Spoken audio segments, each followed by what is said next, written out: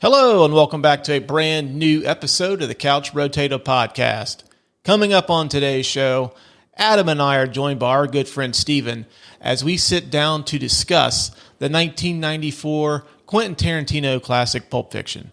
We're going to give you our thoughts on what makes this movie so great, discussing our favorite scenes, favorite lines of dialogue, and so much more. So we hope you grab a chair, maybe a libation or two, and join us as we talk about all things Pulp Fiction right here, right now on the Couch Potato Podcast. Two hitmen are on the move. We should have shotguns with this kind of deal. One renegade is on the run. We're in a lot of danger, aren't we? And the beautiful girl is in the middle. We're not at the finish yet, baby. This is the movie critics call ferocious fun. The action sizzles. Bruce Willis's best performance to date. Get it. A 4-star movie that leaps off the screen. Pulp Fiction, rated R.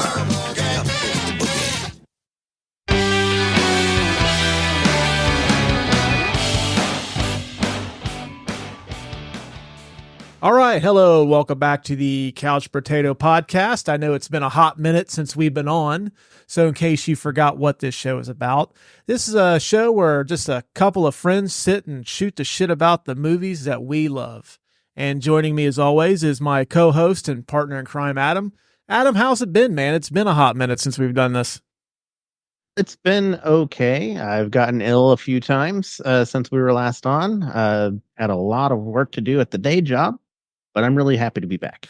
Well, you know, if you would just follow the Hulk Hogan rules, like the Hulk Hogan commandments, the training, the saying your prayers, eating your vitamins, I know you believe in yourself, so you got that one covered. But if you'd done the rest of those, you would have never gotten sick. That's true. I should have listened, but if anybody knows how to take care of themselves, it's Hulk Hogan. Well, if you say so. Yeah. And joining us on the program today is a good friend of the show. He's been on a few times. Steven, welcome back. How have you been, man? Doing good. Hey, can you hear me still? I can hear you perfectly fine. Stuff went out. Sorry about that. Yeah, it's been good. It's been a crazy summer just with all the different kids' activities and stuff. But my young kid just went back to school this week. So we're officially in a position where I don't have kids in my house all day. So I'm super thrilled about that, especially as somebody who works from home primarily. Okay. I feel like now I can concentrate. You know, what you could do is just, next summer, just get them Uber gift cards. Actually, I'm thinking summer, all summer camps for all of them. Oh, I'll find the work. Oh, like they'll learn a trade. Like your daughter will come back and she'll know how to build railroad tracks. Oh yeah, something like bricklaying. Yeah, something. Oh yeah, really dude. Like construction work. Like Daddy, I learned how to use a jackhammer. Yeah, I love it. I can she redo the sidewalk. Say it like that. She wouldn't say it like that. She would say it with tears in her eyes, and I would enjoy that. He's just kidding, folks. He does love his kids. I do. Most of the time. Well, on a different note, I was trying to figure out what would be a good movie to make our big comeback. And I know on our show a couple times we've talked about 1994. It's probably one of our favorite movie years, Adam. Would you agree? I mean, it's one of mine. Yes. And we've had the debate on what was the best movie of that year. And we have done The Shawshank Redemption. And we have done Forrest Gump, which you can listen to on Apple, Spotify, wherever you get your podcast. Cheap plug of the episode, 3 minutes in. Like left. Yeah. Yeah, it's seamless at this point.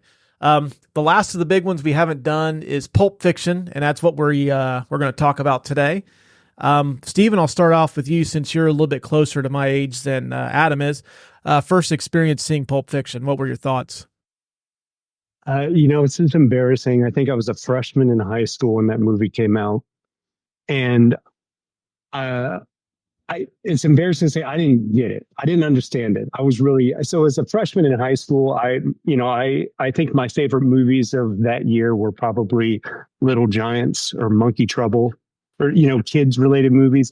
The first time I saw it, I enjoyed it, but I didn't love it. And it wasn't until I remember watching it. I want to say it was maybe my senior or junior year. And I remember watching it with you and Jeff and Paul. We were just a bunch of us at a house party. And that's when I saw it that time. That's when I appreciated and loved it.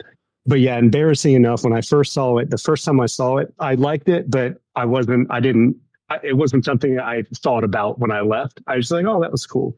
So that was my experience. I watched it, but I didn't actually watch it and appreciate it until probably a couple years later for me. See, that's how we did house parties back in the day. We weren't trying to do keg stands and beer pong and all that stuff. We just grab a beer and a couple of us would sit in a corner and watch movies. Yeah. Because that's movies and video games. Yep. Yeah. Because we're nerds. Adam, what about you, man? What was your first experience with this movie? Well, I feel a little bit more embarrassed just because I was 4 when this movie came out. Oh, you couldn't get your dad to take you to see it? No, I could not get my dad to take me to see this one. So I saw it much, much later. I think I was in high school when I first saw it. And of course I saw it on a DVD, I believe.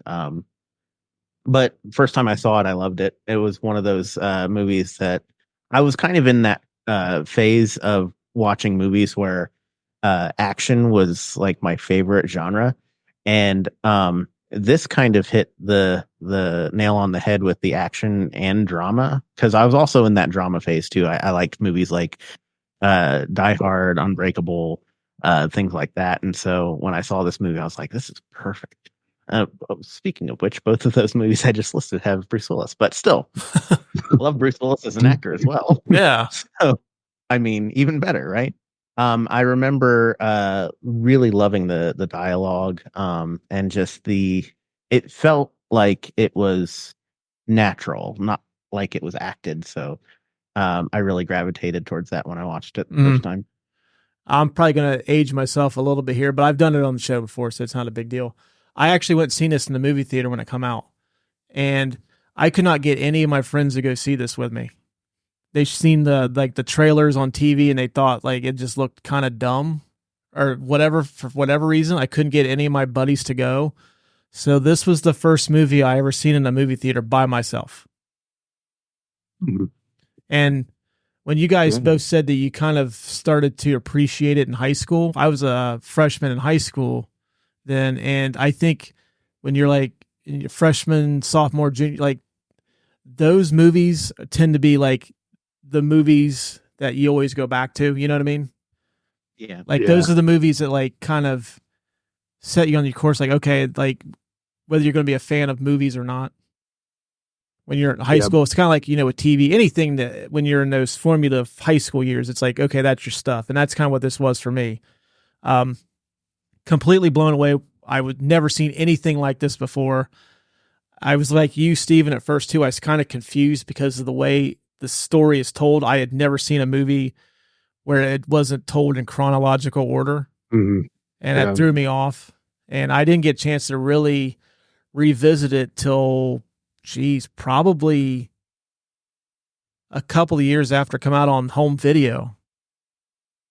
Because, you just couldn't buy it like you could on a DVD. You had to wait for, your video store to, sell their copies that had been ran through 25,000 VHS players.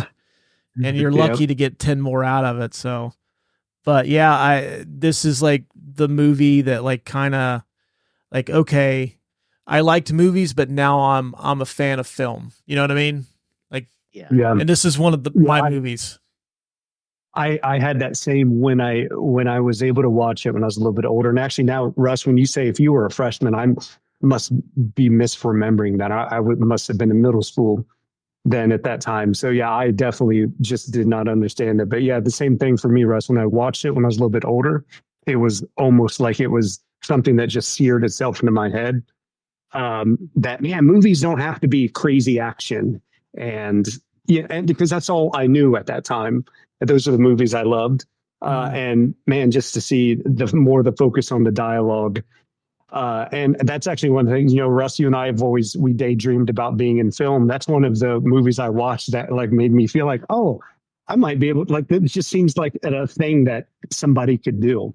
Now, being a little bit older, I realized that, there was a level of talent there that I did not possess. But I think the idea of, oh man, movies don't have to be crazy with special effects. And I mean, it had big stars in it, but that didn't have to be the main focus. And so, yeah, I had the exact same thing when I watched that. It really was just something that really made me fall in love with, like you said, film. And then also, I think really was one of the key things that got me into being interested in possibly doing that myself. Well, it's funny that you mentioned that too, because this is kind of like the year where I felt like movies had kind of hit like a certain point where it seemed to be kind of like they were reliant, kind of how they are now, where they're kind of reliant on like big spectacle type deals, like movies like, your Jurassic Parks. Now they're kind of more into like the comic book stuff, but 93, 94 kind of kick started that whole indie craze, because we also get Clerks in 94 too. And when you said that, this kind of like, hey, I kind of I want to do this. That's kind of where I was at too. And like guys like Kevin Smith and Tarantino, and I'm sure I'm missing a bunch of guys, but them being able to pull this off with these super low budgets, they were able to get, not so much with Kevin Smith, but like Tarantino was able to pull like Harvey Keitel and, Michael Madsen for Reservoir Dogs. And like, I thought like, fuck, I could actually do this. All you need something good. And of course, it never come to fruition, but yeah, it's kind of funny that you mentioned that too. Was Pulp Fiction your guys' first, your introduction to Tarantino, or did you guys get to see Reservoir Dogs, or maybe, because he also wrote like Natural Born Killers, he wrote True Romance. I mean, did you guys see those at all, or was Pulp Fiction your first like dip into the Tarantino pool? Pretty sure Pulp Fiction was my first dip. Mm-hmm. Yeah, I had seen Russ. I saw Natural Born Killers with you. I didn't realize Tarantino. I like Reservoir Dogs, for example. I didn't never watch that or actually even heard of it. And then when I fell in love with Pulp Fiction, I kind of went back and then rediscovered all these things. And I remember thinking, like, I can't believe these movies have been out so long, and I just didn't even care about it. Mm-hmm. Yeah. Pulp Fiction was my intro to Tarantino, and I didn't even know he wrote Natural Born Killers until probably, 97, I think, maybe, because I think shortly thereafter, it's like when I started working at the video store, I always would take movies home, and I would just go down this rabbit hole of like, okay, I want to check out the movies of this actor or actress or this director.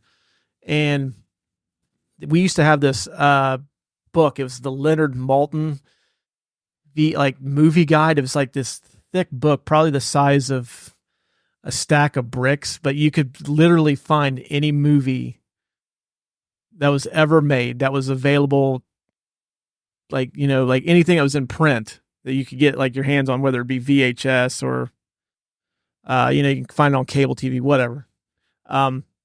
But yeah, I had seen that he wrote Natural Born Killers, so I remember one night I took Pulp Fiction home, and I didn't see Reservoir Dogs till after I seen Jackie Brown.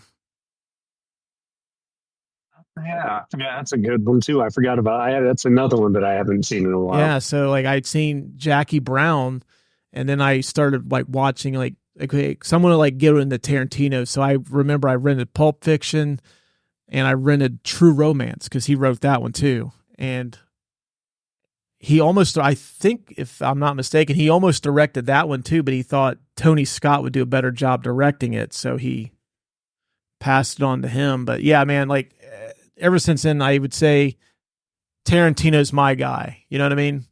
Like every like Spielberg is like the 80s kids. But I think the kids of the 90s, I think Tarantino has a case for being like the 90s kids as director. You know what I mean? Yeah. Yeah. But yeah, man, I just was totally blown away by this. And like, anytime he has a movie that comes out now, like I'm in. It's like an event for me. I think he's actually one of the only directors that really has claimed like, okay, there's a new Tarantino movie coming out. I'm going to go see it. No, I agree. I can't think even. I think it's him and Nolan. Oh yeah, totally agree with that. Yeah, because you mentioned Spielberg, and to be honest, I don't think I've ever seen. Oh, that's a Spielberg movie. I have to go see it. It's like there's some movies that they catch my interest, but yeah, a Tarantino movie. If I see that he's directed it, yeah, absolutely, it's 100%. Well, I mean, yeah, I mean, if you think about like Spielberg, really has gone more for the prestige route in recent years. Scorsese pretty much, and even Fincher now, to an extent, their stuff's only going to like Netflix or Apple. Like they're not even getting theatrical releases for them anymore because everything's kind of went towards like IP or superhero type stuff. So yeah, I mean, when Tarantino or Nolan has a movie coming out, it's like, okay, this is an event. I will be there every day. Oh yeah. All right. You guys ready to knock out some of these categories? I will say this is probably the toughest one I've ever done in terms of the categories. Yeah. Yeah. All right. Oh, same with me. Cause yeah, Russ, almost every one I had to choose. Every category we had, it wasn't like a few episodes I've done. It's like, oh, well, it's clearly it's this.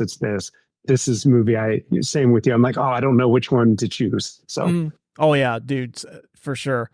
In case you have not seen Pulp Fiction, this episode will contain spoilers, so listen at your own risk. In the tail of the tape, we will tell you where you can stream this at, so feel free to check that out. But it's 1994 was when this came out, so you guys have had ample time to see this. It's been 30 years. Yeah. So I don't really see why I should give you spoiler warnings, but I'm trying to be nice. So, in case you wondered what the fuck Pulp Fiction is about, it is the tale of Vincent Vega and Jules Winfield, two hitmen with a penchant for philosophical differences, interwoven with the tales of their boss, gangster Marcellus Wallace, his wife, Mia, a struggling boxer named Butch Coolidge, and a master fixer named Winston Wolfe, along with a pair of nervous armed bank robbers, Honey Bunny and Pumpkin. The tail of the tape. Pulp Fiction is, of course, rated R, rightfully so. This was released on October the 14th, 1994. Stars John Travolta, Samuel L. Jackson, Uma Thurman, Bruce Willis, Christopher Walken, Ving Rhames, Harvey Keitel, Eric Stoltz, amongst a plethora of additional character actors. Directed, of course, by Quentin Tarantino. Rotten Tomatoes score of 92% from critics, 96% from audiences. The consensus was injecting its compendium of crime tales with I don't know what this word is. I'm not going to try to pronounce it. Basically, it says Pulp Fiction is a cinematic shot of adrenaline that cements writer-director Quentin Tarantino as an audacious purveyor of killer kino. Sounds good enough. It does. Sounds good. Yeah. Box office, $8.5 million budget, grossed $213 million worldwide. Nominated for 7 Oscars at the 67th Annual Academy Awards, including Best Picture, Best Actor for John Travolta, Best Supporting Actor for Samuel L. Jackson, Best Supporting Actress for Uma Thurman, Best Director for Quentin Tarantino, and it did win Best Original Screenplay, Quentin Tarantino and Roger Avery. And of course, you can stream this right now on Paramount Plus, which was actually funny. When we were going to do this episode originally, it wasn't streaming anywhere. And then a couple nights ago, I noticed that it was now currently streaming on Paramount Plus. Oh, nice. So thanks, Paramount. It's like they almost knew that we were doing this episode. I think it's a travesty that it should be available more. I'm surprised that it's not. You know, I do find that like a lot of times, like movies that you figure would be like, oh, it's got to be on a couple different services, are not available anywhere. It's interesting. To be fair, Paramount hasn't been doing too hot with their streaming service lately, so it kind of makes sense that they just now put it on their streaming service. Yeah. Well, hey, we had Paramount. Yeah. They put a Quiet Place the original, the prequel that came out in theaters this summer. It's on there now. So, hey, watch the new Quiet Place and then go watch Pulp Fiction right after that. Because Paramount's one of those, we got it initially because there was some content on there we wanted, and then I just have forgotten to unsubscribe. So we just continue to have it for the rest of eternity. Oh, are you a Yellowstone fan? That's what the Jessica was. Yep. Okay. All right. Quite a bit of fun facts about this movie. Did you know Quentin Tarantino wrote Vincent Vega for Michael Madsen, but he had signed up for Wyatt Earp. He was supposed to play one of the Earp brothers, so he couldn't do it. So he even tried to work out a deal where he could appear in both films, but the producers of Wyatt Earp wouldn't let him out. So Michael Madsen did. Go ahead. It's cutthroat. Yeah, Hollywood. They don't fuck around. Like, you're not doing this. At one point, John Travolta's Vincent Vega and Michael Madsen's Vic Vega are brothers in the Quentin Tarantino universe, and they even thought of doing a movie about the two brothers at one point, but I guess it just never got out of the idea stage. Okay. Interesting. I'd watch it. Dude, if Tarantino was involved, I would have watched it. I don't care how bad it is. Plus, I'm a huge Michael Madsen fan. He's always been like one of my favorite B-level actors. Yeah. I don't know. He's always been one of those, like, kind of, he's really good at playing like kind of grimy, tough guys. Yeah, my aunt loves him ever since I was even in high school. Because you said B movies, we would go rent a B movie from, whatever rental store. And if it had Michael Madsen in it, she would just gush over him. Oh, I'm game. Throughout the entire movie. I thought this was an interesting casting tidbit. Daniel Day-Lewis wanted the role of Vincent Vega, but Quentin Tarantino turned him down in favor of John Travolta. Okay. Interesting. Yeah, I mean, I kind of wonder what it would a Pulp Fiction with Daniel Day-Lewis would be like. Yeah, that's. I don't know. I don't like it. Like, when I first hear it, I don't like it. But who knows? I mean, looking back though, I think you couldn't have gotten it any better than John Travolta. Yeah, I can't see anybody else playing that but him. Yeah, like I'm trying to picture him dancing at the restaurant. Mm-hmm. Daniel Day-Lewis dancing at the restaurant. I can't even, like, it makes me feel uncomfortable to think about it. The role of Jules Winfield was written for Lawrence Fishburne, but he turned it down as he was trying to get more leading man roles at the time.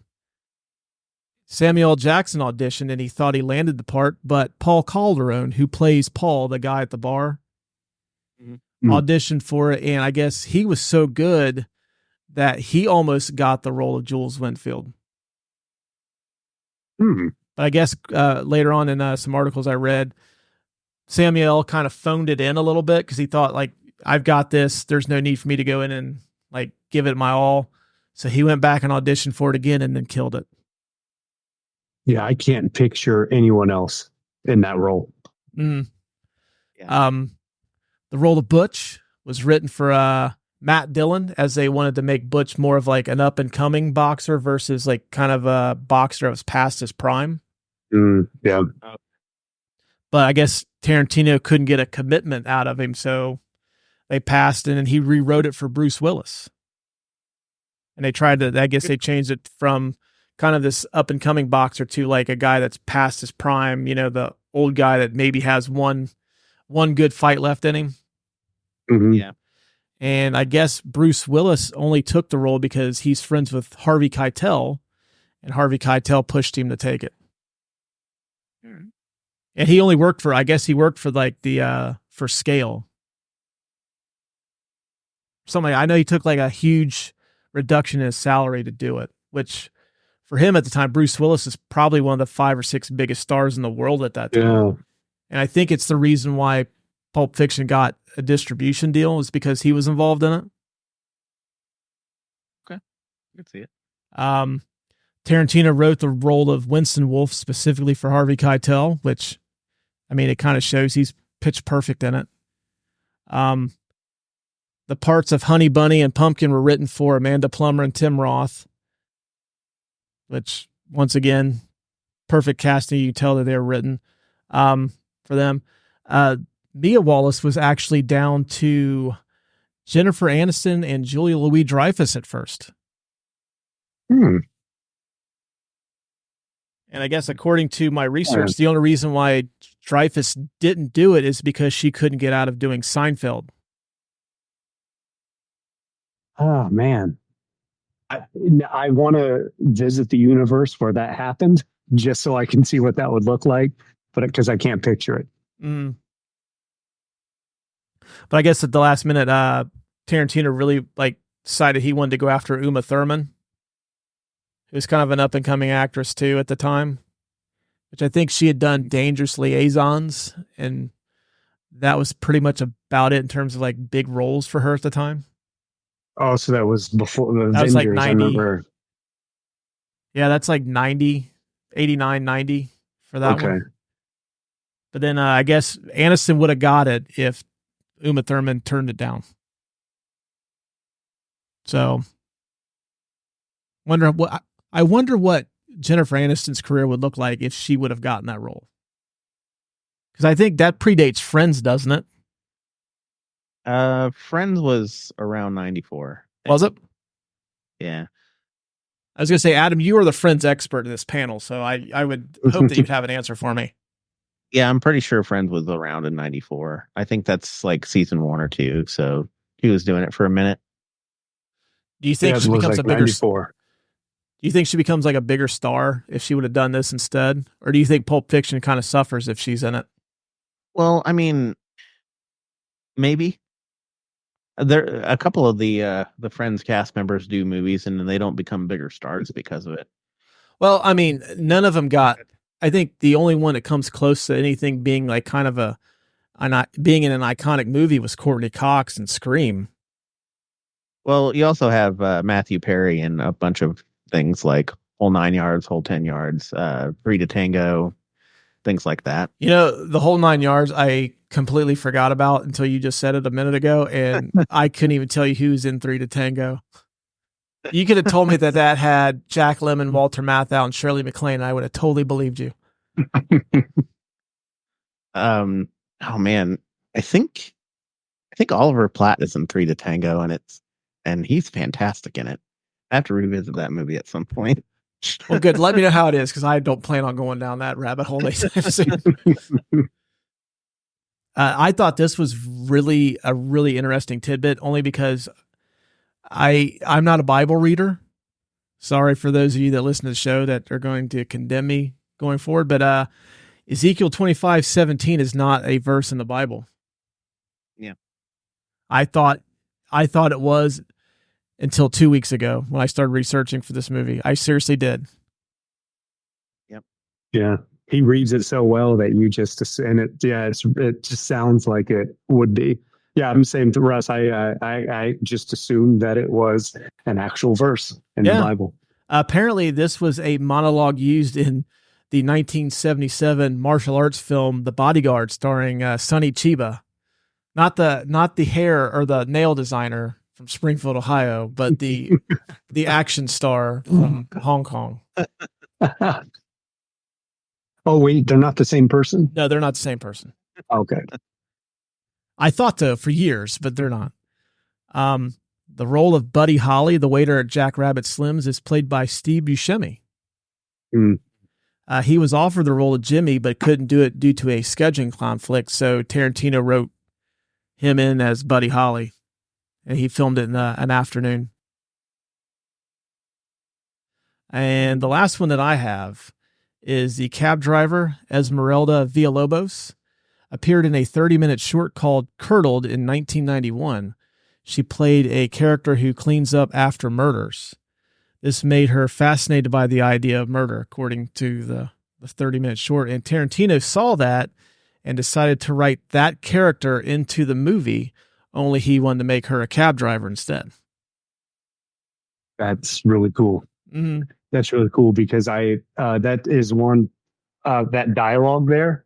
I don't want to say it stands out. I've always found it was really interesting that this character who's a cab driver, that dialogue between her and Bruce Willis. So yeah, I think that's really cool And she's really good in that makes scene. sense. And I've never seen her in anything else. That's not to say that she didn't, but like, I thought she would have at least become a bigger deal, but she wasn't in anything else after this that I had seen. Maybe she's in 3 to Tango. I don't know. No, I don't think so.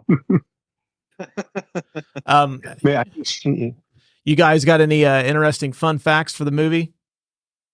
So I decided, since we have our esteemed guest Steven on, and you like to do facts about casting, that I would go solely with movie errors this time, movie goofs. So I have a few movie goofs. Oh, you're going to sully this movie for me now, because anytime I'm watching going forward, it's like, oh yeah, did you know that Tim Roth has like a giant hole in his crotch, as you can see? Well, the biggest glaring issue that I saw, which I actually got a tip off of the internet before I watched it the last time, I actually looked for these. During the ending scene, again, spoiler alert for whoever hasn't seen the movie. We gave the spoiler alert at the before we started. Right. You know what? If your house is on fire, like the fire alarm doesn't start and then stop again and then starts. It keeps going. Yeah, fire alarm's still on. So when they cut to the flashback to when they're in the apartment interrogating, and then the guy comes out with hand cannon, shoots a few times. There's already bullet holes in them. You can see behind where he starts. Yeah. So, maybe not a miracle. Maybe it's a miracle that they were already there and they went straight through the holes that were already there. Now, see, like I noticed that a long time ago, because I had heard about that. I always thought that, like, since they have dealings with like criminals, that like that has happened before. Like someone's tried to shoot at them before, or like in that apartment complex, there's been some kind of shooting. That's what I've always thought. But apparently, yeah, it was just we fucked up. The miracle is that guy is such a terrible shot that he shoots the exact same place on the wall every single time. Yeah, he's a sharpshooter, all right. Just not a very good one. Yeah, I remember going back and to the earlier scene to see if those holes were in there, to see if, because Russ, I thought maybe the same thing. I was like, oh, those must have already been there. And then, in the earlier scenes, you can see there's at least assuming I'm looking at the same wall, there's no holes in there. So yeah, definite continuity error. Right. They said, you know what, fuck it. Yeah, it's all right. We've only got so much money. We just got to deal with it. Another continuity error that I saw was when Butch is in his apartment getting his watch, and then Vincent comes out of the bathroom and blows him away. He has bloody hands, and he pushes the door open with his bloody hand. At least on his fingers, there's blood, and leaves bloody fingerprints on the door. Well, when he's cleaning off the gun, his hands are completely clean. He never washed his hands. So he just magically had clean hands wiping off the gun for fingerprints. I don't know if you know this or not, but those Kleenex are super absorbent. Yeah. He should have been around for when they were cleaning up the mess that they made in the car. Oh, dude. Yeah, they should have called him. Like, it would have been taking him 10 minutes. Right. Yeah, just throw some, let it soak it up, throw them all out. Yeah, let that seep through that. You don't need Winston Wolf. Yeah. When he rolls up to the hotel afterwards, or motel rather, on the motorcycle, you can actually see the boom mic and the reflection to the window. So that's fun. I always like those. Yeah. It's like, will you get the fuck out of the shot? Yeah, I like those. I also I like when you see a crew member in the scene, that's just out of place. What movie was it? It was a movie that we did on here where I forget what movie it was though, where a crew member was literally just standing there in the middle of the hallway in one of the scenes. I have to go back and listen to our podcast now, but that's one of the most hilarious. I think it was Alien. I'm pretty sure it was Alien. It could have been. Which you can listen to wherever you get podcasts. Yeah, Adam, do you listen to podcasts on Apple or Spotify? Yeah, I listen to them on Apple. Okay, yeah, you can. Steven, do you listen to podcasts on Apple, Spotify? Apple. Okay, I listen to mine on Spotify. You can listen to our show on both of those or wherever you get podcasts. Exactly. Nicely done. Other than those, there's a couple of different audio errors which I always find funny. I always like the ones where they have to redub over the movie after the fact because they didn't get the sound that they wanted. One of the redubs that I found was when Uma Thurman's pulling the heroin out of the pocket. She says hello, and then she says hello again. It's the exact same way. The mouth movement doesn't match. And you don't think I ever noticed that? Yeah. Yeah. Says hello twice.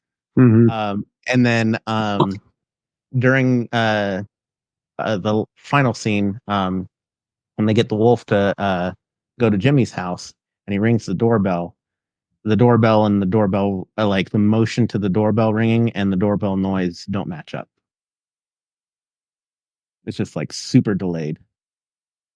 See, I like this category, but I also don't like it because every time I watch this shit now, I always look for those That's all you're mistakes. gonna see. All right, that's all I had. I won't ruin the movie for you anymore. This movie, it's impossible. But now I'm going to be looking for like these little fucking mistakes. Steven, did you have any? Yeah, not really. Just some things that I really appreciated, and especially because they carried over into some of his other movies, or just like the fake brands that are in the movie that I assumed. I remember Red Apple cigarettes. Not that I've ever seen that, but I just assumed that was based off of a real brand and not a brand that was just made up for the movie. I thought that was cool. You know that now that you mention that, the original poster had Lucky Strike cigarettes in it, but the manufacturers of Lucky Strike did not give them permission to use that brand. So they had to basically destroy the posters, and then they had the new cigarette, which I believe is what did you say, the Red Apple? The Apple, Red Apple or something like that. Red Apple. I think his Bruce asked for it. Yeah. If you can get a hold of one of those Lucky Strike Pulp Fiction posters, it's worth a shit ton of money.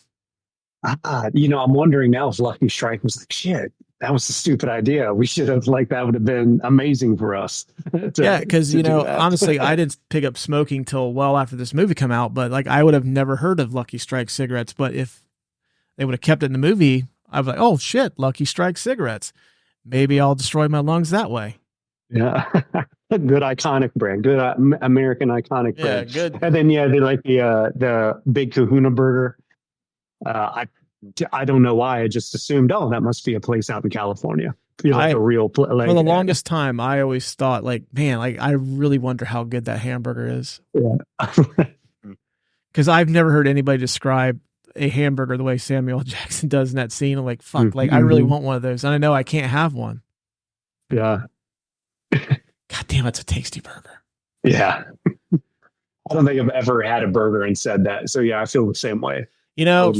For years, I thought the same thing, but last year, my wife and I were coming back from a music festival. It's Incarceration. It's probably about an hour or so north of where we live.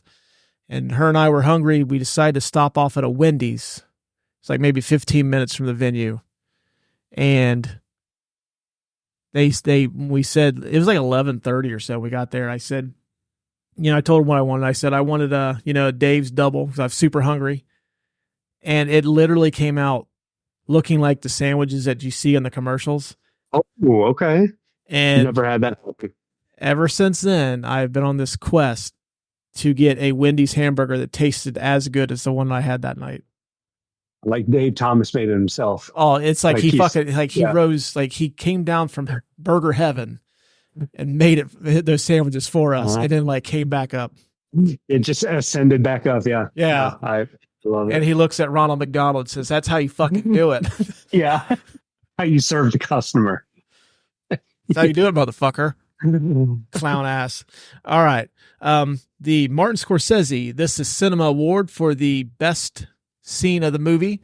This is definitely a tough one for me, so I'm going to let you guys go ahead and go first. Adam, what was your favorite scene in the movie?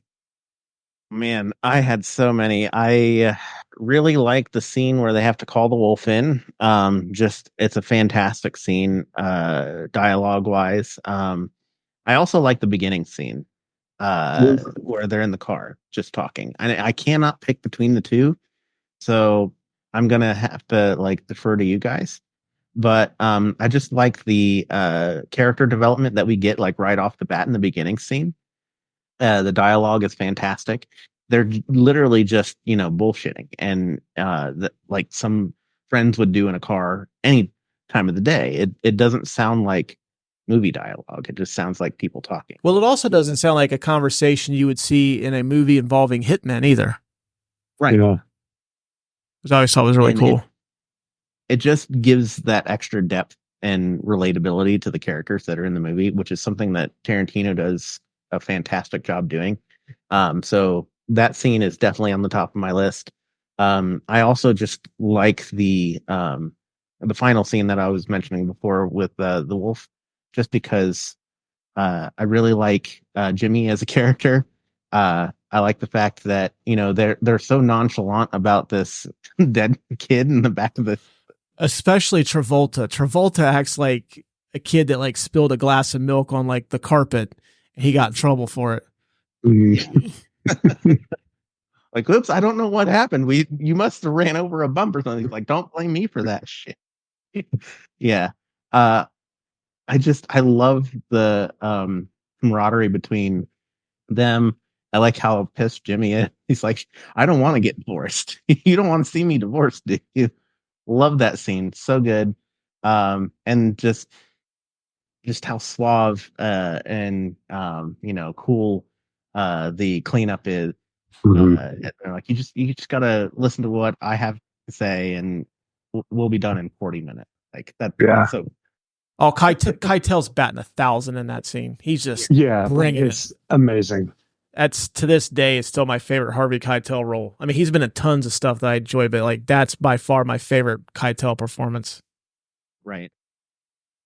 But yeah, my two nominees for this, and I'm just gonna let you guys fight it out. If one of those are one of yours, then we'll go with it. Steven, what about you, man? What was your favorite scene in the movie?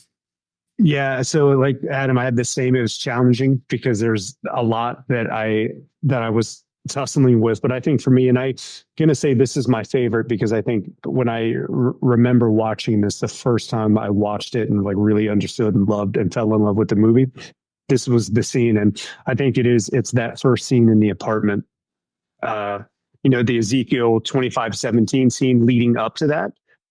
But I think for me, one of the things that made that scene so impactful, Adam, is like you said, that dialogue between them.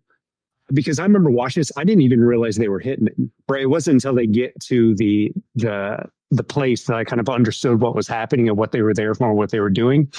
And I think you have the dialogue in the car, and then really the dialogue all the way walking into the building, and then going in, and you're actually discovering what they're there for, kind of as the audience. At least I was together. And then something that always stood out to me is the line that Samuel L. Jackson says, where he goes, "Okay, it's time to get into character," right? And then they knock on the door. And I think if you see that scene just going in without seeing the beginning scene, it's a couple of hitmen. They're just a couple of badass people who are there. But then I remember watching that, understanding the context of the conversation they had. Like, oh, they're just two people. And I think for me, that's what made that scene so cool. Is Samuel, and just how badass he was and how cool he was. And then, but leading up to the scenes before that, he's just a guy, right? He's just a regular person. And so I think for me, that's one of my favorite scene would be, again, that scene in the apartment. And then for me, the close second would be the scene in the diner when they're being held up. I remember just thinking that that scene was so cool. Everyone in that was just awesome. Like the dialogue was awesome. I just loved it. So that was going to be my second one, but I think the apartment scene for me is my favorite. Well, going back to that too, the thing that nice little touch that I always really, really liked about this was when they're getting ready to knock on the door, and they are not finished with the conversation about foot massages. Mhm. So they just like, you know what, we're going to take a step back from it. We got to figure this out. That part was more important than the job at hand. I always thought that was kind of a cool touch. Good stuff, guys. I was actually surprised that neither one of you mentioned. My favorite sequence is the Jack Rabbit Slim's dinner sequence with Mia and Vincent. Mhm. A lot of it is the fact that it's probably the most normal scene of the whole movie. There's really no violence there. It's just two people having a conversation. You notice that there's a huge sexual tension between Mia and Vincent. And like the whole time you're watching this, like they allude to it earlier, like you don't get I think it's Travolta says you don't get familiar with another man's wife. And here he's tasked with, I have to take my boss's wife out to make sure she doesn't get bored at home. And I'm about to do the one thing I said you don't do. And I thought that was cool. And then on top of that, now I read that Tarantino didn't write this sequence because Travolta was in it, but Travolta going into this was probably most famous for Saturday Night Fever, an iconic 70s disco movie. Well, actually, it's probably one of the iconic movies of the 70s, not just a dancing movie, but it's known for the disco movement. He plays a dancer in that movie. And here we are almost 20 some years later revisiting that. Plus, it's just kind of like, it's pretty much like this movie is still very relevant in pop culture today. And I think this is one of the biggest pop culture moments of the movie is the dancing between Uma and Travolta in this. Yeah. And plus, I don't know if you guys knew this or not, but later on in the car ride, they allude to Vincent and Mia don't actually win the competition. They stole the trophy. Because if you listen to the radio station, on the radio, I think it's during, it's when they're heading back to Mia's house. There's a radio, like a radio news story. It says that somebody stole the dance trophy from Jack Rabbit Slims. That's hilarious. I'm going to have to go back and see that. I don't think I ever picked up. I'm pretty sure it was it's either that sequence or it's in Esmeralda's cab. They allude to it, but I'm pretty sure it's the car ride back to Mia's apartment or house. That was my favorite scene. I would say probably my second would be, as gruesome as it is, I think the pawn shop sequence is really good. I mean, that was my first time ever seeing like something that graphic on film in a movie theater. Like, oh, this is something I've never seen before. But I've always dug the song Comanche playing in the background, and Bruce Willis grabs the samurai sword and takes everybody out. And of course you get the, I'm about to get medieval on your ass line too. Those are my two favorite sequences, but it's like trying to pick your favorite kid. Yeah. But I'm perfectly cool giving this to the opening because it's a fantastic scene. Plus you get the iconic, this leads to the iconic Ezekiel 25:17, and this is a tasty burger, and my quest to find a big kahuna burger somewhere. Yeah, I think the Royale with cheese, I heard that so many times before I actually saw the movie. Dude, I forgot all about that. Yeah, we get that line in that too. And that was that was a hot line for like a good minute or so. Oh. To this day, like I still like, no kid that works at McDonald's now is going to get that reference at all. But I kind of was like, yeah, take a Royale with cheese. Like, the fuck you talking about, dude? I'm about spitting this guy's food. But yeah, I'm perfectly cool giving it to the opening scene of the movie. Now, are you including like even we're just going from right after Honey Bunny and Pumpkin hold up the restaurant from that after that to the apartment and Ezekiel 25:17. Yeah. Okay, because I always thought that was really say. cool.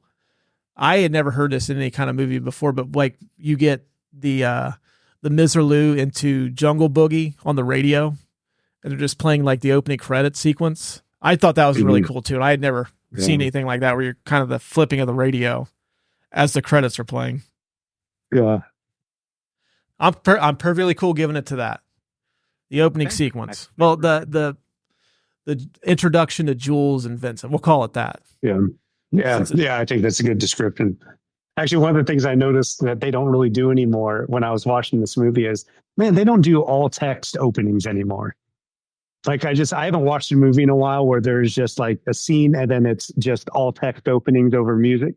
I don't think, I mean, maybe they do, and I just don't watch those movies, but I remember seeing that because I've been rewatching this again, and I just felt nostalgic for that because I feel like that was a pretty common thing. In the 90s or even before that, right? But anymore it's just I was just thinking, I was like, you don't really do that in movies anymore where they have opening scene. I'm sure there's some I can think of, but I think just from where it goes from like a scene just to like all black and then they don't I don't see a lot of over music. I think the turning point was Star Wars, because George Lucas wanted to put the credits at the end of the movie instead of the beginning of the movie because of the scroll text. And he actually got in trouble with the Screen Actors Guild because of it.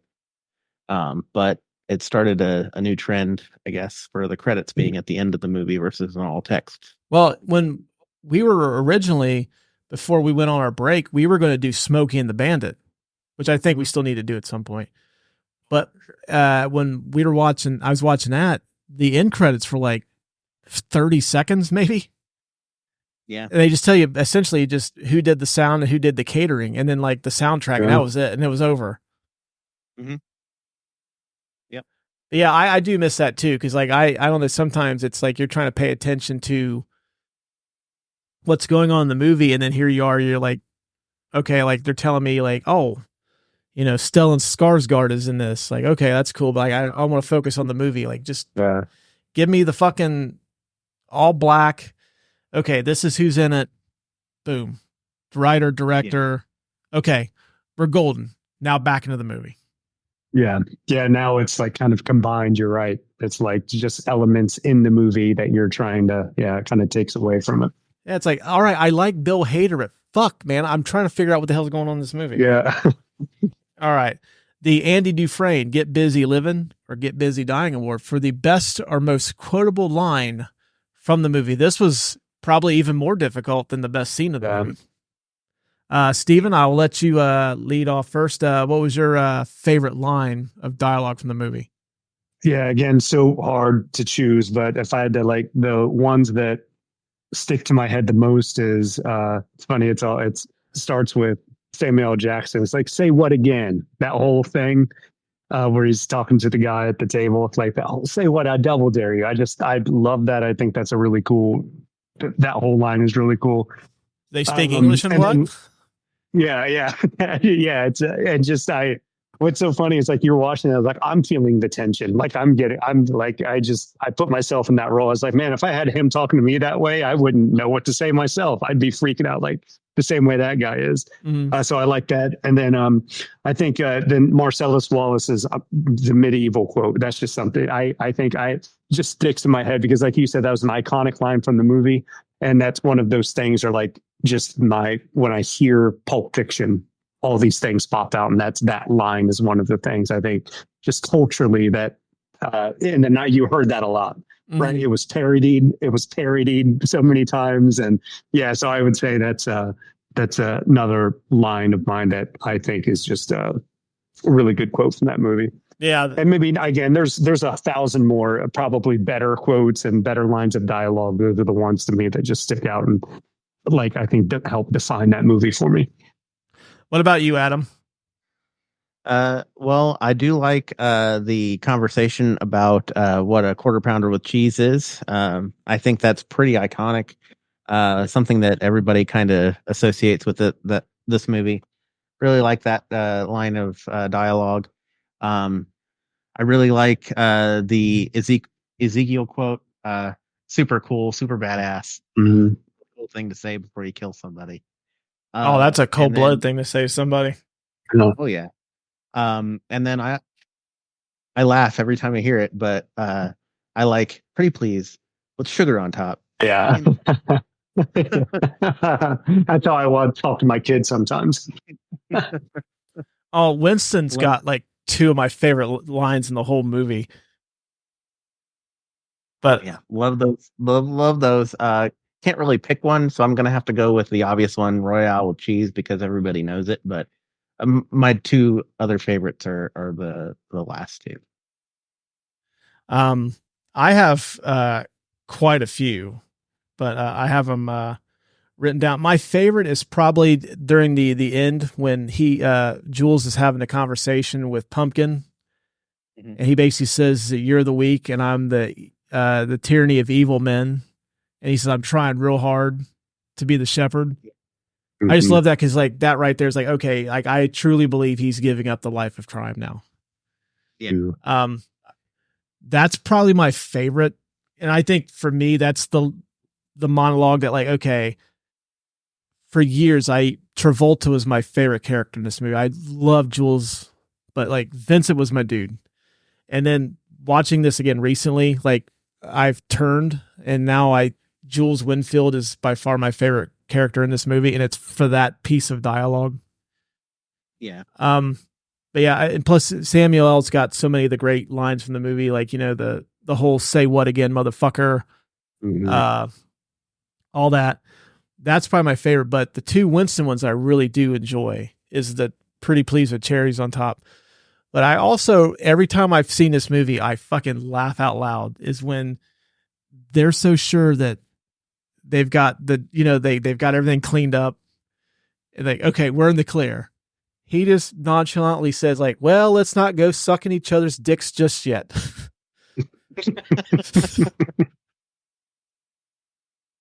And I think I'm gonna start using that now. Anytime like, you know, somebody's like, oh, you know, I think we did it. Like, let's not start. I might even try that one on my my son's doing homework and he figures out like something he's having trouble with. Like, well, let's not start sucking each other's dicks just yet, son. Russ, I think I'll join you in that. I like that. Do not do that, folks. If you've got kids, please do not. I beg of you, do not do that. I am only doing that for comedic purposes. Don't do that. And say to my wife when we accomplish something together. Well, you let me know how that goes, and I've always got a warm couch for you. But yeah, I think mine's the Jules monologue at the end. Yeah. Okay. But I mean, you can give it to anything. Like I really like Christopher Walken. And I don't know if we're really going to get a chance to touch on him too much, but like that whole scene, he's only in it for like even 5 minutes, but that whole sequence where he's talking to a young Butch is phenomenal. Yeah, for sure. And I know sometimes when you're younger and you hear somebody like he had a piece of jewelry in his ass for 5 years, like you kind of giggle because you're immature teenager. But I mean, like when you sit and think about now as an adult, like, man, like this thing meant so much to him that he went through this much to make sure that his son got this. And I mean, and I think it's an important scene because it definitely sets up like why he's risking his life. Yeah. To go back for just this thing, you know. Yeah, because his dad did it. You're in the clear. Yeah, you're in the clear. You're out. Yeah. Yeah. Actually, I'm gonna change my vote. I'm giving it to Walken, his whole monologue. Walken's monologue, simply because I don't think we're gonna talk too much about Christopher Walken in this. And there's not one cut in that scene, is there? That's all one. That's one long. Yeah. I mean, I think Cool. for Walken might be one of my picks for a later category. Oh, okay. Yeah, it was tough for another category for him too, but that's who I'm giving it to. So I mean, most memorable line, I would say it has to be one of the ones that like kind of lives on in pop culture. So I would say it would probably be like the Royale with with cheese, the Ezekiel 25:17, or one of them. English, motherfucker, do you speak it? All right, so we're giving it to Let's Not Go Sucking Each Other's Dicks Just Yet. That's the winner of the. All right, give it to anything. Yeah, just anything. Okay, the McLovin Award for the best or scene stealing performance. Is this where you were going with Walken? Yeah. Okay. That's my pick for this category. Okay, I think this essentially boils down to Walken or Harvey Keitel. Yeah. So it's really a matter of who you prefer more. Make your case for Walken. Well, I mean, he delivers one of the best monologues of the movie. You said it yourself, right? And like, of course, it's I I I guess I'm still sophomoric. I still laugh when he says he keeps the watch in his ass for 5 years. But yeah, no, it's fantastic. It's not cut up or anything like that. It sets up the next scene really well, and Christopher Walken just nails it. Usually, Christopher Walken, if he's in a scene, it's either got a whole bunch of gravitas to it, or it's going to be super funny. And this one kind of hits the middle. I kind of like it. Yeah, he lands the plane really good on that one. Yeah. What about you, Steven? Are you a Walken or a Keitel guy? Oh man, don't make me choose. But I am. It's Harvey Keitel. Like there's the Winston Wolfe scene. Man, it's just so cool to me, and I think just everything, his demeanor, his delivery. I think it just he's just, to me, is my favorite kind of supporting scene. That whole sequence for me. Yeah, he's in the movie a little bit longer than Walken. I'm going with Keitel too, only because the only way I could choose was, okay, would I rather see a movie with Captain Coons and Butch's dad in a POW camp? Would I rather see that movie, or would I rather see a Winston Wolfe movie? And I was like, oh, I'd rather watch a Winston Wolfe movie any day of the week. I think you've made your case. I think we're gonna have to go with Winston Wolfe. I mean, that's the only reason. That's the only reason why I chose Keitel over Walken. Because I mean, like, I don't know, like when I thought about that, like a Walken in a POW camp really gave me vibes from like Rescue Dawn. It's that Christian Bale movie where he's the I think he's a Navy pilot that gets shot down and put in a POW camp, and he goes through like fucking hell and back, and he finally gets released. And I'm like, that was a good movie, but I don't think I'd ever watch it again. I could see myself like, you know what? I want to watch that Winston Wolfe movie again. Yeah. I want to watch Winston Wolfe 2, Hungry Like the Wolf. That's a good title. Yeah. So yeah, he's so cool. So cool. Like it just, the complimenting of the coffee, dude, in light of everything that's happening, right? Just, he just turns around and just goes, Yeah. Oh, and when I thought that wad of cash to replace his linens, like, that's so cool. Yeah. He's just like, he's like, here you go. Are you an Oak man, Jimmy? Like, I like Oak. So I kind of want an Uncle Winston. Yeah. Oh yeah. That'd be cool. Yeah. I guess really like the four would be Keitel, Walken, and then to a lesser extent, Plummer and Tim Roth. I mean, Tim Roth's good in just about anything, but man, like Amanda Plummer, like that whole scene where she's yelling, like anybody move, like she's fucking going for it. Like, you know what? It's like, he wants me at like a 9. I'm going to like 13. Yeah. And it's such a contrast to her demeanor before that, like so sweet to the waitress. And yeah. So I that's why I said, for me, I would give the best line of the movie to Walken, and then I would give Keitel the McLovin Award. That way they both get some recognition, both get a little shine. They both deserve it. Yeah. The IMDb Drug Dealer #2 award for the performer that you have seen in a movie before, but you don't know their name. I'll throw mine out there first. Frank Whaley as Brett. Seen this guy in a bunch of stuff from the late 80s, early 90s. He was in The Doors. He was in Hoffa. You guys might remember him. Do you remember a movie from 91 called Career Opportunities? Has Jennifer Connelly in it. She gets locked inside of a Target with a guy that's the night cleanup guy. Oh, I think, yeah. Oh, no.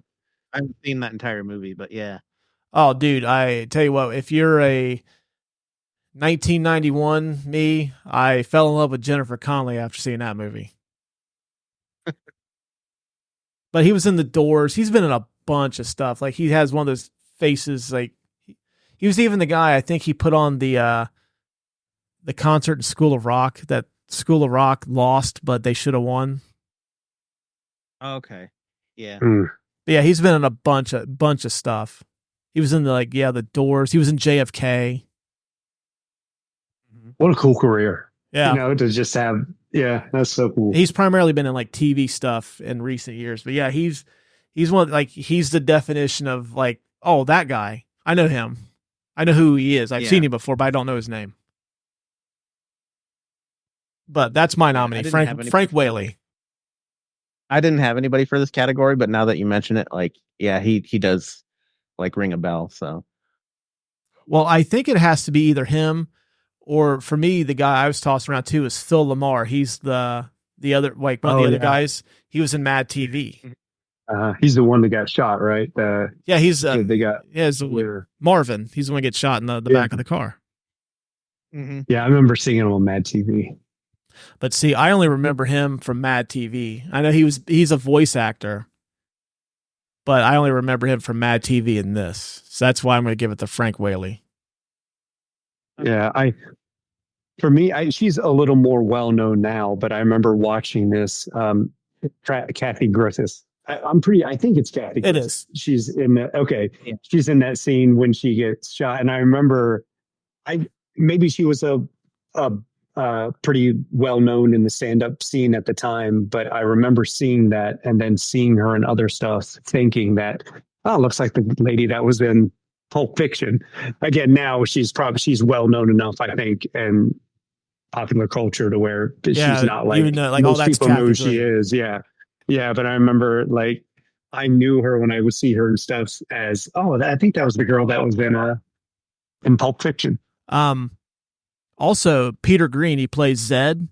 He was a villain in The Mask with Jim Carrey. Oh yeah, But see, I only remember him in The Mask. I think he was in Judgment Night with Emilio Estevez, and then I remember him in an episode of Justified. That's the only things I've seen him in. He was in Training Day. He was one of the cops in Training Day. Oh crap, he was, wasn't he? Oh. Okay, I still want to give it to Frank Whaley though. I'd agree with that. Because Frank Whaley's had such a long, illustrious career. Yep. Plus, he was also in Field of Dreams. He was in that one too. He's one of the players that comes out from the cornfield. Mm. Oh, okay. I'll have to rewatch that and see if I can spot him. The Indiana Jones It Belongs in a Museum Award for the prop that you would want for your personal collection. Tons to choose from in this one. Steven, what would you like to own from the movie Pulp Fiction? So two things for me. I think this probably be pretty common for a lot of people who are fans of this movie. The glowing briefcase. I've always just thought that was cool. That'd be a really cool prop to have. And then the bad motherfucker wallet. I'd like to have that too. Dude. I think that'd be cool. Oh, yeah. That's a good one. Those were my two choices too. Yeah. Yeah. The one that says bad motherfucker on it. Mine was the briefcase, but I also thought about the boxing gloves that he takes off and throws out the window. I would actually I'm sure they had it. Who was the fighter that he fights in that? It's Coolidge versus somebody. And I can't think the movie. I'm thinking of the name. The poster that advertises the fight, that'd be something cool to have. That would be cool. The watch would be something cool, but I don't think it kind of, when you think of Pulp Fiction and something from the movie, it's not going to be like the first thing that people are going to think of. I'm kind of with you. The briefcase For sure. No. But if you do the watch, then as somebody comes into your house, you can be like, yeah, that's the ass watch. Ass watch. Yeah, it's the ass watch. From I would take the watch if I could have the kangaroo with it. Yeah. And when I first, I was watching this a couple weeks ago, I had is that really a fucking kangaroo? I don't know what. Oh yeah, it's a kangaroo. But I think it's got to be the briefcase, just because to this day I think people still argue over what was inside that briefcase, which we'll save that for a little bit. But yeah, people still to this day argue about the briefcase. And I think when Tarantino wrote this, he wasn't counting on a thing called the internet being a thing, and like people like basically just over the years just dissecting what the fuck is actually in that. Yeah. I always thought it was just gold because it blew. It was glowing gold and like a lot of gold. Yeah, there's a couple of seeing theories on it. Remember seeing a Reddit post where people were just joking about what it could be. And my favorite one, it was Samuel L. Jackson gave Quentin Tarantino the N-word card. And that's what that was. Well, he has taken that ball and ran with it. Yeah. That's one of the things like with Tarantino that I kind of, I don't know, it makes me uncomfortable with some of his movies is how freely he uses that word. Yeah. But we're not going to get into that. The John Williams Award for the best use of music in the movie. The soundtrack is an absolute banger. I think it's one of the best soundtracks of all time. Yeah. Yeah. No, totally agree. I'll let you guys give me your nominees first, but best use of music in the movie, because Tarantino really doesn't use like a score per se. He uses kind of like songs to kind of be the scores of his movies. But yeah, what do you guys got? Anytime that they're in the car listening to the radio and it's kind of in the background is fantastic. Best use of it, I think, is at the beginning. But yeah, that's my nominee is car radio use of music. The Miserlou Boogie, Jungle Boogie. Yeah, that one's really good. Yeah. Yeah, no, I that's mine. The other one for me, I think it just fit really well. Is the You'll Be a Woman Soon when they go. I think that's when they go back to Mia's house. I just think that song. I think it's a really cool song, and I thought it was really fitting for the scene. So yeah, that's another one on there. But yeah, Russ, I agree. I remember. I think that was on our just younger. I think pretty sure that was on our regular rotation of music. You know, that soundtrack. Yeah. Oh, dude, for sure. Like we have been talking about doing a movie soundtrack Hall of Fame episode. I think it got brought up briefly, but that one would probably make my cut for sure. Mm-hmm. Yeah, for me, it's the Miserlou Jungle Boogie from the beginning of the movie. Although I really do like the Chuck Berry. You can never tell during the Jack Rabbit Slims. Because that's that song, and then Johnny Be Good are the only two Chuck Berry songs that I know, and I know them only because of movies. Yeah. And like Chuck Berry's like one of the most iconic rock singers of all time, and a pioneer of the genre. I should know a lot more of his stuff, but those are the only two songs I know of his. It's just because of Back to the Future and Pulp Fiction. Yeah, I was gonna say I was trying to think back to Johnny Be Good. That's forgot about that. But yeah, because your grandkids will love it. Your kids will love it. Yeah. But yeah, I think it's got to be the Miserlou, because like that is such a fucking cool like just guitar song is Miserlou. I think didn't it crack Guitar Hero? I don't know. It's been a while since I played Guitar Hero. I know I should probably know since I have a massive collection of video games and Guitar Hero and Rock Band, but I don't remember. Yes, it's on Guitar Hero 2. Okay. So, all right, I got a few questions for you guys regarding this movie. I just want to get your thoughts on it, because whenever I watch movies, I get like questions, and I always like to get some feedback. Adam, as you know, me, you, and Lucas, I think we've all debated like what should have won, swept the Oscars in '94. You're in the Shawshank camp, right? Sure. Yep. And then Lucas, our former co-host, is firmly in the Forrest Gump camp, whereas I'm in the Pulp Fiction. That's my crew.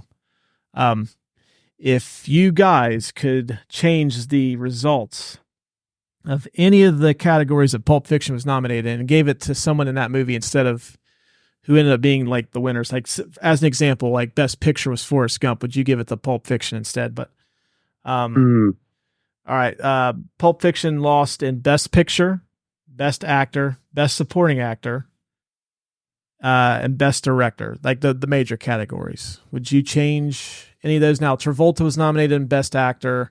Samuel was nominated for Best Supporting Actor. Uma Thurman was Supporting Actress, and then Tarantino, of course, was Best Director. Would you change the results of the 94 Oscars and give Pulp Fiction an Oscar in any of those categories? Was that did Zemeckis get Best Picture? Or is that a year where the Forrest Gump won Best Picture, and then Zemeckis also won Best Director, and then Hanks won Best Actor.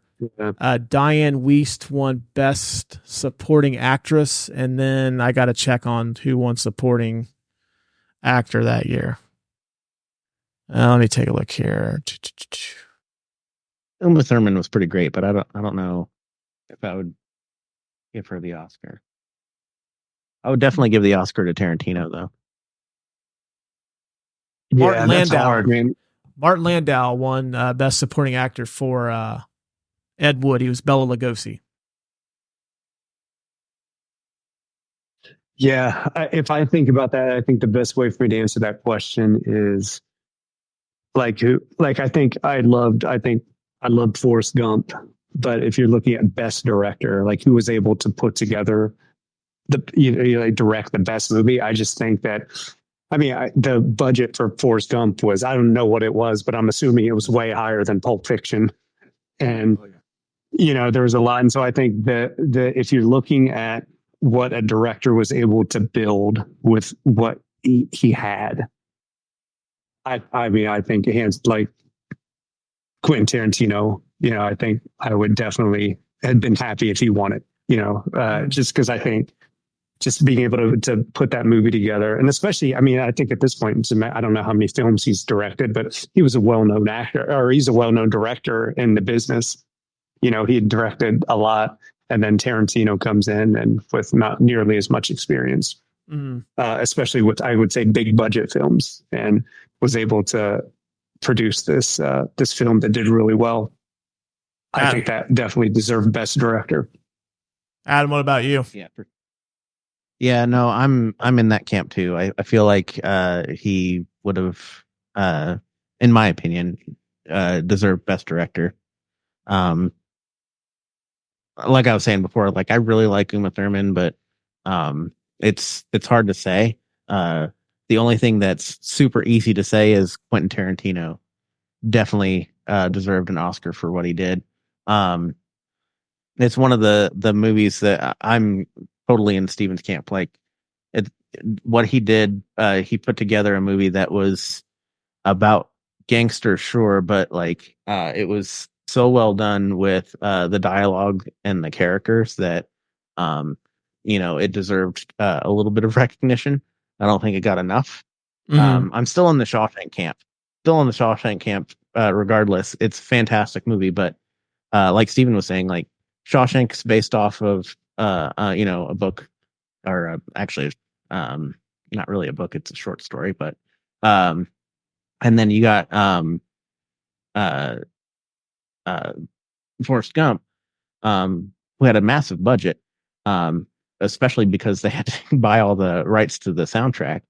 And then you also had the juggernaut that was Tom Hanks, up and coming from the 80s and so forth. But he ended up with a great cast anyways, and great movie, regardless of the other two that were fighting against. So, definitely deserve Best Director.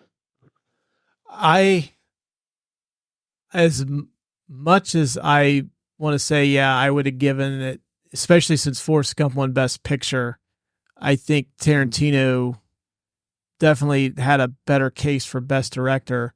Although I really want to say I would give it to Samuel L. Jackson as Best Supporting Actor. Simply because if you think about the best performances from the 1990s, whether it's in a lead or supporting role, Samuel L. Jackson as Jules Winfield has to be in at least the top 5 best performances of the 1990s. Yeah, totally agree with that. I mean, I love Martin Landau as Bela Lugosi and Ed Wood. Like that's like I'm not a huge fan of that movie, but Landau's really good. But I think that was more of a, hey, this guy's been around for 40 at the think time 30, 40 years. Yeah. This might be his only shot at getting an Academy Award. Let's go ahead and give it to him. Samuel L. Jackson's going to have more opportunities down the road, which he hasn't won. I think he's only been nominated like a couple more times, but I would give it to Samuel L. Jackson. The only argument I have against that, and don't get me wrong, I loved his acting in this movie, and I feel like if he was going to get an award, it should be for this movie. He plays, and the way that I look at somebody's acting in a movie, I always kind of judge it based on their other movies. So it's like, are they playing the same character? And Samuel L. Jackson plays the same character a lot, at least demeanor. He plays that character a lot. Well, yeah, it's become more of his style, but at the time, right, it wasn't, because he wasn't a big name then either. Right. And that's why I'm saying, like, yeah, he should, if it's any movie, it should definitely be for this one. But overall, he's always been pretty one note, if you will.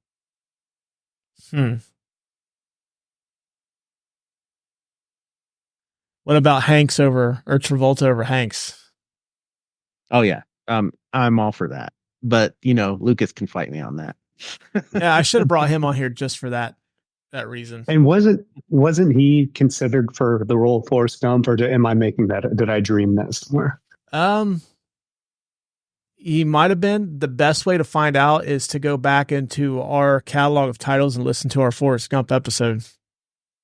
Hey, which you can listen to on Apple or Spotify. Or Spotify, yeah. Yeah. Best way to find out.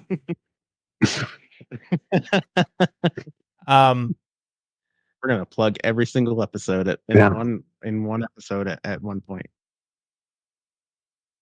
Do you guys think that the GIMP was like locked in that box 24 hours a day, or do you think like that was kind of like a 9 to 5 gig?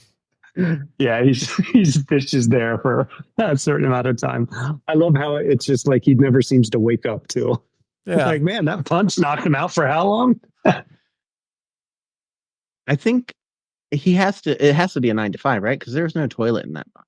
And he obviously didn't smell because there was no reaction to him coming out smell wise. So I just wonder what the plan was if two strangers didn't happen into the store. Was it just going to be Zed, the owner, and the GIMP?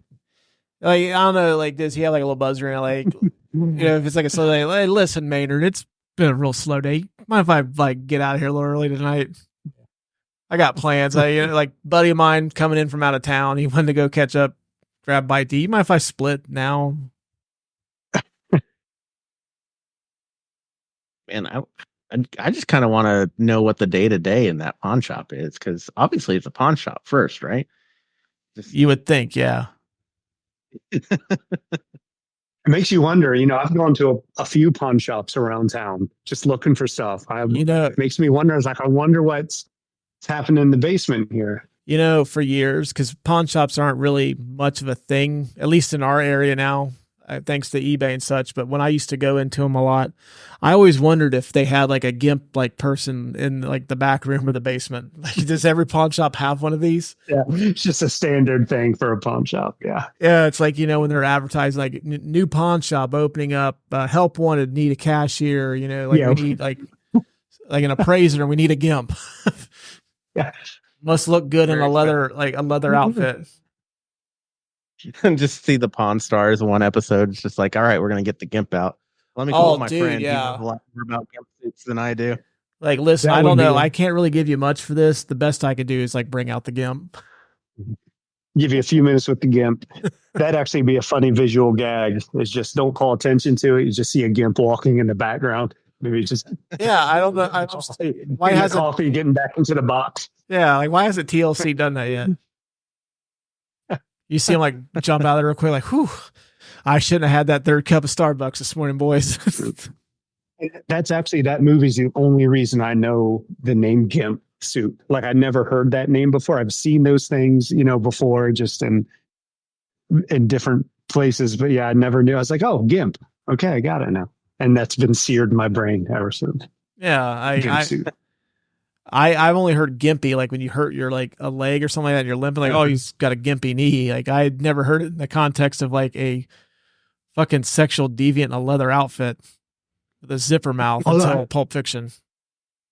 Now that we're talking about it, it's just something I've always wondered, was Zed law enforcement? Like, because he had a badge, it looked like, but they didn't really like show like if he's actual law. Did or maybe I just missed it. Do you guys? Oh, bonus burning question. Yeah, no.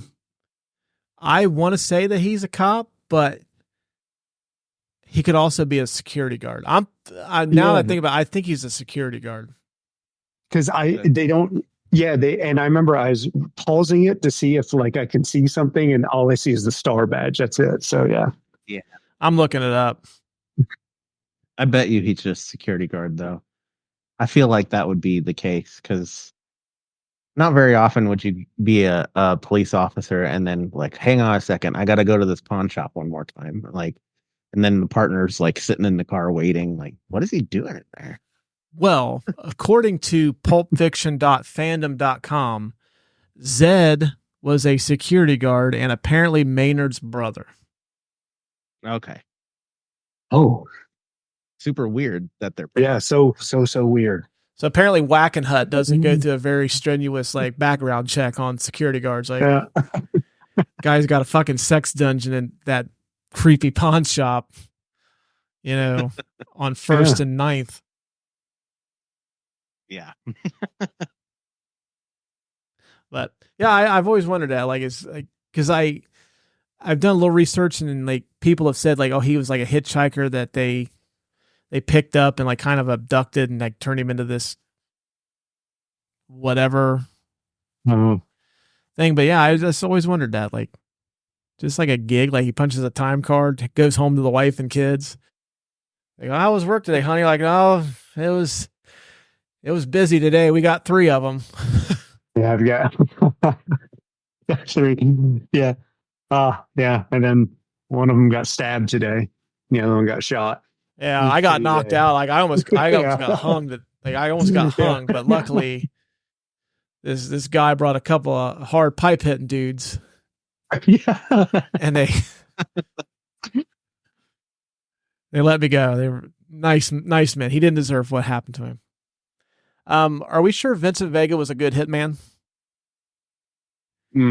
Because if you think about it in the context of this movie, they never explained why he was in Amsterdam for as long as he was. For years, I've always thought like he got sent over there to do some dirty work for Marcellus in Europe.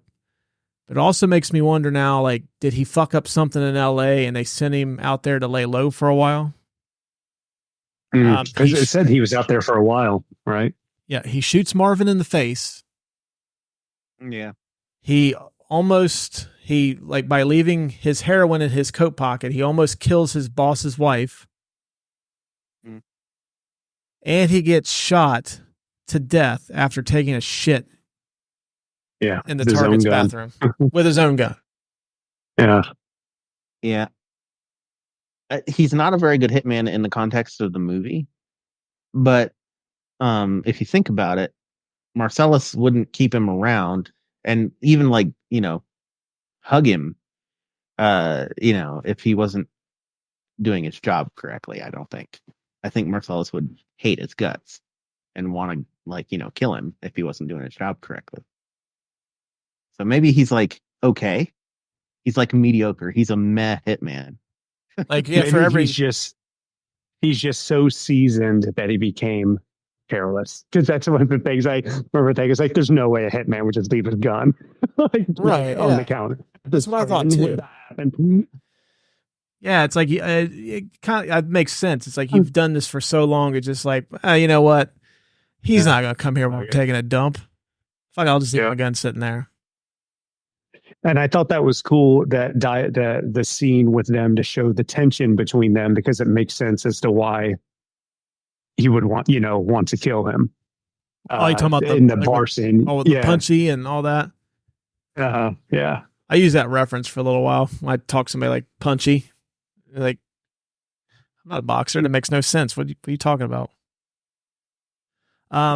Last question I got. What do you boys think was in the briefcase?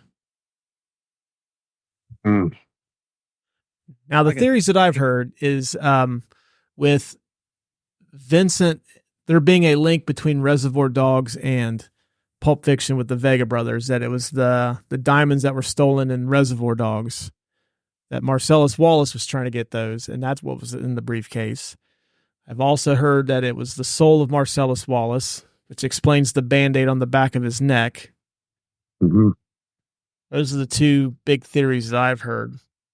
Yeah, I think that's the. And I've also heard like too. There's a light bulb in there, which is actually when they opened up the practically. When they opened up, there's actually like a light bulb inside of it. Yeah, that's one of the things that they never addressed. I remember being really upset that they never addressed that in the movie. And now I see it's not that's because it's not that important. And I think there's a purposefully to make it mysterious. But yeah, I remember at the end realizing, wait, they're not going to tell us what's in this thing. It's the MacGuffin. There's actually a whole Reddit thread devoted to that. Oh, okay. I don't think it's the soul of Marcellus because nobody else would want it.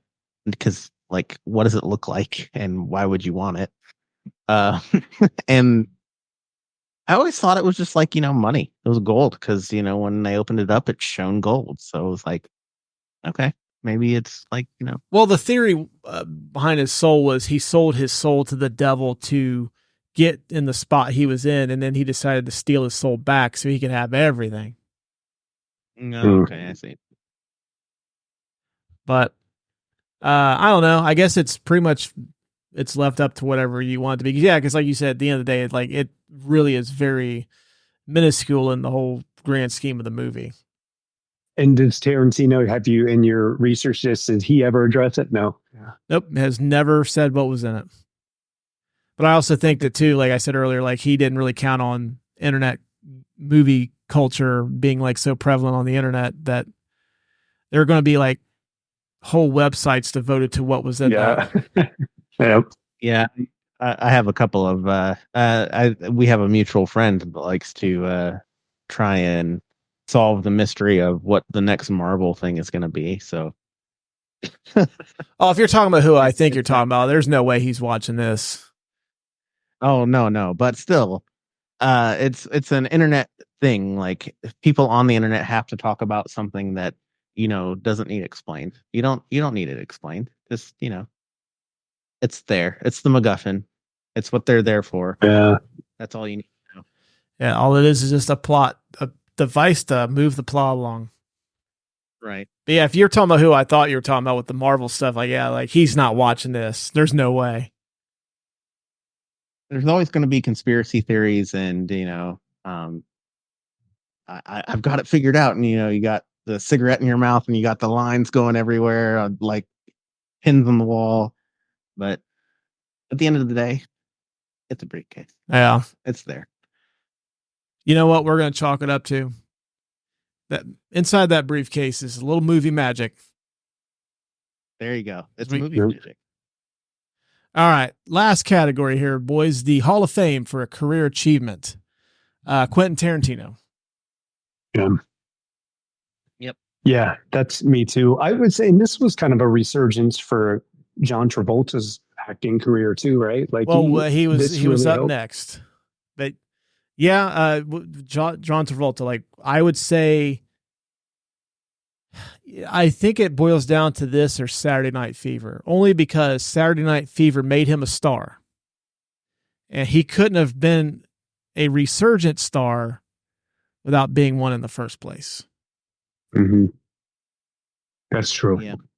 But I think it really depends on who you ask. Because I think for people of our age, we're definitely going to say Pulp Fiction, just because like I never seen Saturday Night Fever like when it was like a cultural phenomenon. But if you were asked someone like my mom or, you know, like someone that's older than us, they're going to probably say Saturday Night Fever. Yeah. Yeah. That's why we needed fucking Mark on this episode, because he's like fucking like he's older than both of us, and he could have easily been like the deciding factor. I would almost call him right now and have him on the show just to solve that, but I'm not gonna fucking do it. Decider. But I would say this, because I think his momentum lasted longer after this than it did after Saturday Night Fever, because he never really had like a huge hit after Saturday Night Fever the way he did after Pulp Fiction. Because I mean, he was cranking out hits left and right after that. He did Get Shorty, Phenomenon, Face Off. Yeah, Face Off, Broken Arrow, the movie where he's the angel. Oh, Michael. Yeah, Is it Michael? Yeah. Yeah. So yeah, he was. We went through. Yeah. He was on a heater for a while. So I would say it would be this movie. Yeah. Samuel L. Jackson. Yeah. Okay. Yeah, I'd probably agree with that. It's crazy. If I think now Samuel L. Jackson, I think in my head it's just, he's always been around. Mm-hmm. But yeah, you're right. There was a time where he wasn't. And I think if you ask somebody that, like, if I always do this, like you're like, say you're on the Family Feud and they ask you to like name like John Travolta movie, like top 5 answers are on the board, what would be the number one answer? I mean, if you say like name a Samuel L. Jackson movie, most likely Pulp Fiction is going to be number one on that. Yeah. So that's kind of how I do this category. Like, you know, if this was the number one answer on a Family Feud question, maybe I'll change the name of it. Wouldn't be the first time, huh, Adam? Yeah. But if you do that, you have to do a Steve Harvey impression. I might. Is Steve Harvey on Cameo? Because I seriously would just pay like the $50, $60. Like, hey man, can you just read this off for me? Yeah. I don't need to do anything else. That'd be money well spent. Yeah, like, oh, Steve Harvey is a fan of the show. Not really, but Uma Thurman. Yeah. I think it's this or Kill Bill. I'm going to say Kill Bill. Kill Bill. It's not this. Kill Bill. Because as good as she's in this Uma. movie, she kind of gets overshadowed by more of the male, especially Travolta and Jackson in this. I mean, yeah, she's on the poster, but like, not the main character. Yeah. What about you, Steven? Do you think it's Kill Bill or? Yeah, Kill Bill, definitely. Although I think her aesthetic as her character's aesthetic, like really, I think that's maybe why she was on the poster. Because I think like her aesthetic really matched the movie. But yeah, I think in terms of being a character, I would say Kill Bill was her definite breakout. Okay, interesting Tarantino movie. Interesting one for you guys. Post Die Hard Bruce Willis. Mm-hmm. I'm going to say no. I'm going to say The Sixth Sense. Yeah, you're right. Sixth Sense. I mean, yeah, I'd agree with that. Yeah, because you could have gone with like Armageddon, Sixth Sense, 12 Monkeys. Even The Kid. No one's going to say The Kid with Bruce Willis. I would say Striking Distance before The fucking Kid. Or North. Whole 9 yards if we're gonna go there too, like whole 9 yards. Whole 10 yards. Ocean's 11. Oh wait, no, Ocean's 12. Yeah, he's in Ocean's 12. Oh, which, hey, Steven, real quick. You a fan of Ocean's 12? Yeah. Adam, you like Ocean's 12?